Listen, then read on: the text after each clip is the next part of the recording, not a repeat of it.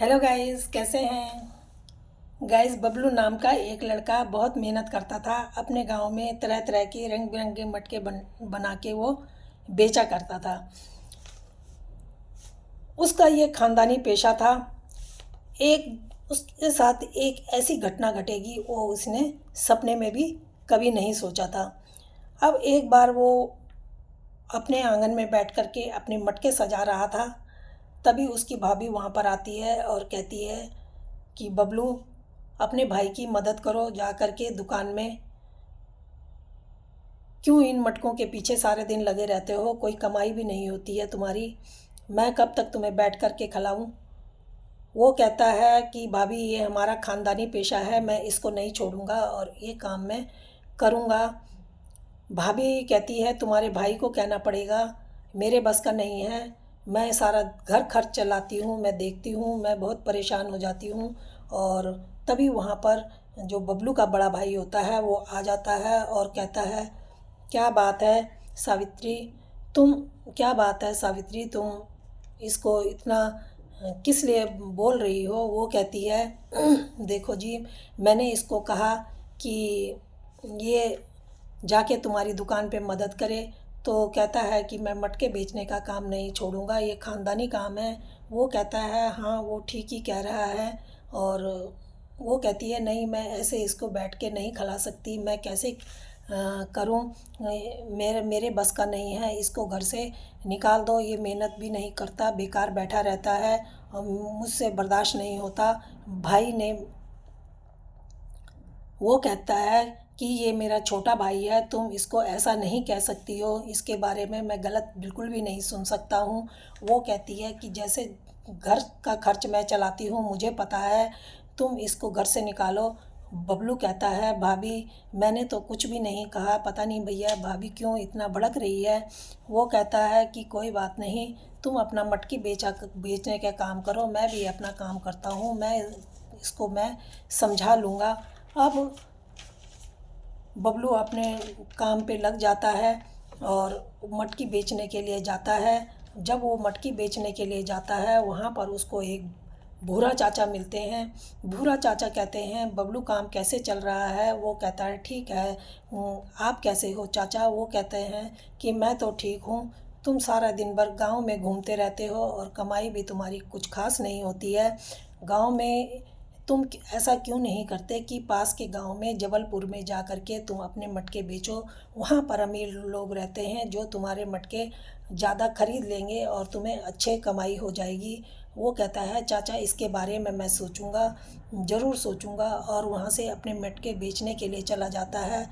तभी वहाँ पर अ, उसको एक आदमी मिलता है जो उसके मटके खरीदना चाहता है। वो दुकानदार होता है। वो उसको कहता है कि ये मटके कैसे दिए? वो कहता है 1.5 आने के, 2 आने के दिए। वो आदमी कहता है कि 1.5 आने में दे दो, मैं ज़्यादा मटके लूँगा। वो कहता है मैं नहीं दे सकता, मेरी बहुत मेहनत लगती है इनको बनाने में, मैं 2 आने से कम में इनको नहीं दूँगा। अब वो वहाँ से चला जाता है, पूरा गांव घूमता है। उस दिन उसकी कमाई कुछ नहीं होती और वो उदास बैठ के अपनी कमरे में उदास बैठा होता है। भाई आ जाता है, पूछता है क्या बात है बबलू, उदास क्यों है? वो कहता है कि आज मेरी कुछ भी बिक्री नहीं हुई है, मेरे सारे घर जो मटके हैं वो ज्यों के त्यों मैं वापस ले आया हूँ। वो कहता है कोई बात नहीं, कल बिक जाएंगे। फिर वो भाई तो वहाँ से चला जाता है, लेकिन वो सोचने लगता है कि मुझे भूरा चाचा ने जो कहा, मुझे वो बात सोचनी चाहिए और मुझे वहाँ जाना चाहिए। मैं एक दिन बड़ा आदमी बन जाऊँगा और मैं खूब पैसे कमाऊँगा, मेरे नौकर चाकर होंगे और मेरी बड़ी कोठी होगी, बड़ी हवेली होगी। ये सोच के वो वहाँ से मटके दूसरे दिन अपने निकालता है और उनको लगाने लगता है। और तब वो अपने भाई को और भाभी को भी आवाज़ लगाता है और कहता है कि मैं जा रहा हूँ। भाई, उसका भाई कहता है कि अपनी पत्नी को कि तुमने अब इसको क्या कह दिया, ये घर छोड़ के जा रहा है। तब बबलू कहता है नहीं भैया, मैं घर छोड़ के नहीं जा रहा हूँ, मैं तो जबलपुर मटके बेचने के लिए जा रहा हूँ।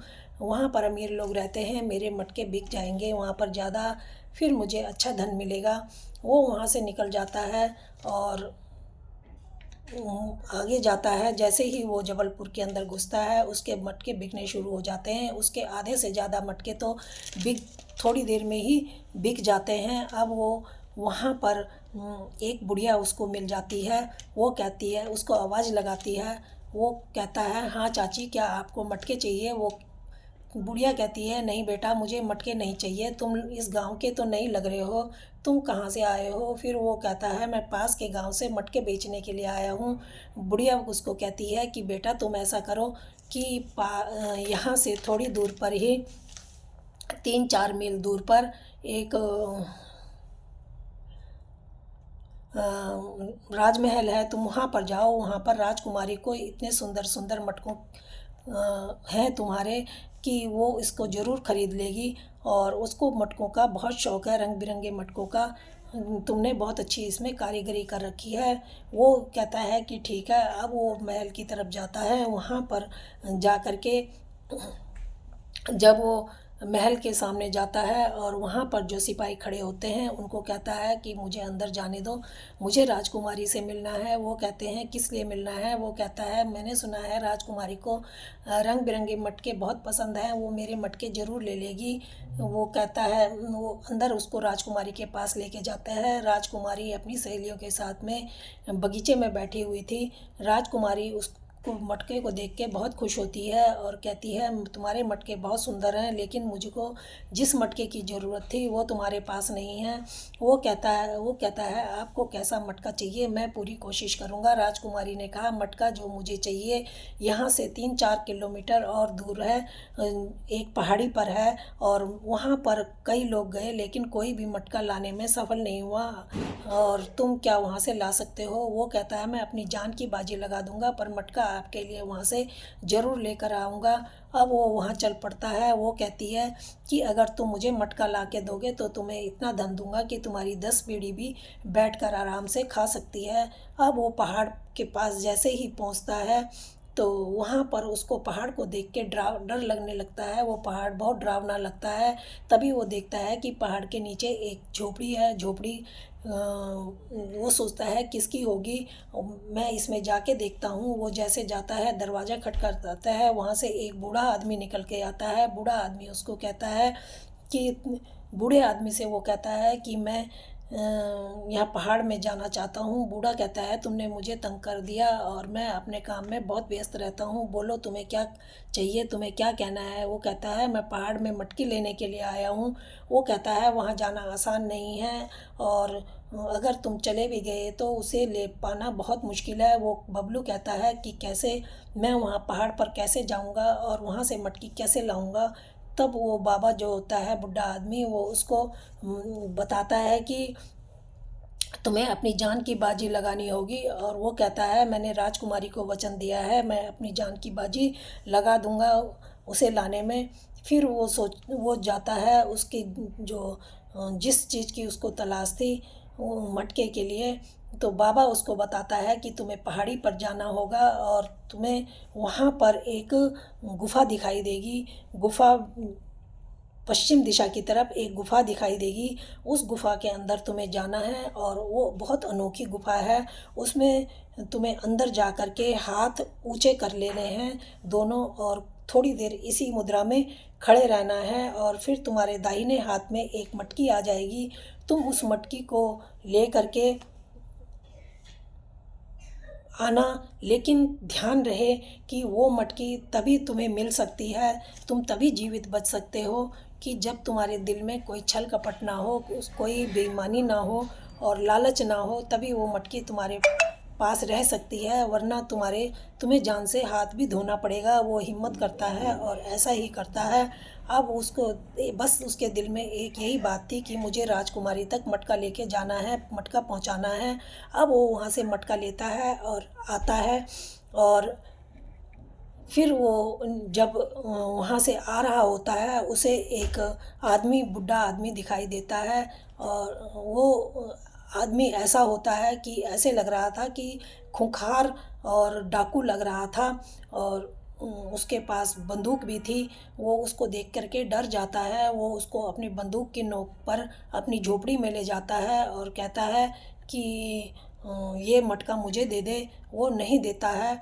और जब वो बंदूक उसको दिखाता है और वो देखता है झोपड़ी में जा कर के एक बुढ़िया एक कोने में पड़ी है, उसमें से लहू-लुहान हो रखी है, खून बह रहा है। वो कहता है कि इसको तुमने मारा है, क्यों मारा है? और वो कहता है देख लो, मैं ऐसा ही अंजाम तुम्हारा भी कर दूँगा अगर तुम मुझे ये मटकी नहीं दोगे। वो डर जाता है और मटकी बबलू उसको दे देता है। अब वो जो आदमी होता है मटकी लेते ही वो एक राजा के रूप में बदल जाता है।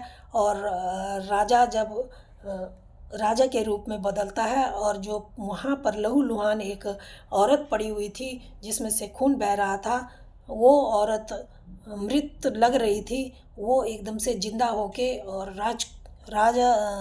रानी के रूप में परिवर्तित हो जाती है। वो देख करके हैरान हो जाता है और पूछता है ये सब क्या है?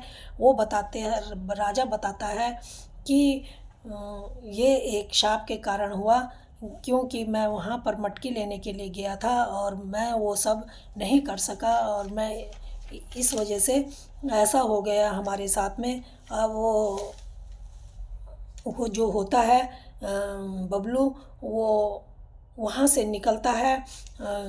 राजा अपने रानी को लेकर के चला जाता है। बबलू वहाँ से मटकी लेकर के निकलता है और महल की तरफ आने लगता है। तभी उसे ध्यान आता है कि मुझे वहाँ जाना चाहिए, जिसने मुझे झोपड़ी में जिस आदमी ने मुझे वहाँ जाने का रास्ता बताया, मुझे वहाँ का रास्ता दिखाया, मटकी लेने का रास्ता दिखाया, वो वहाँ जाता है और उसको उनका धन्यवाद करता है और बोलता है कि आपका बहुत बहुत धन्यवाद। और मटकी लेकर के वो सीधा फिर राजमहल में जाता है और राजकुमारी को वो मटकी देता है।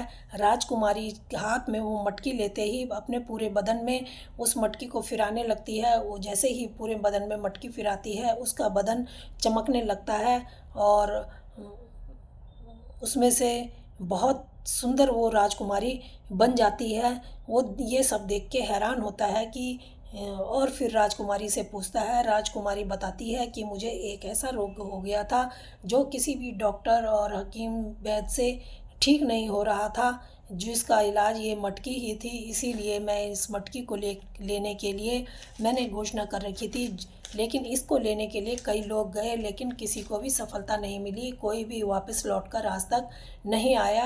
अब इसीलिए तुम्हारे आगे भी मैंने ये बात रखी थी, तो अब तुम इसको लेकर के आए हो। और राजकुमारी उसको बहुत सा धन देती है। वो धन लेकर के अपने घर जाता है और अपने भाई भाभी को बुला करके कहता है देखो मैं क्या लेके आया।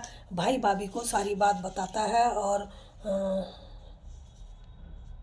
फिर उनके परिवार में खुशियाँ आ जाती हैं और वो सुखपूर्वक मिलके रहने लगते हैं और वो अब काफ़ी अमीर भी धनवान भी बन गए थे। तो दोस्तों, ये कहानी कैसी लगी? अगर अच्छी लगी हो तो प्लीज़ लाइक और सब्सक्राइब ज़रूर करना। धन्यवाद।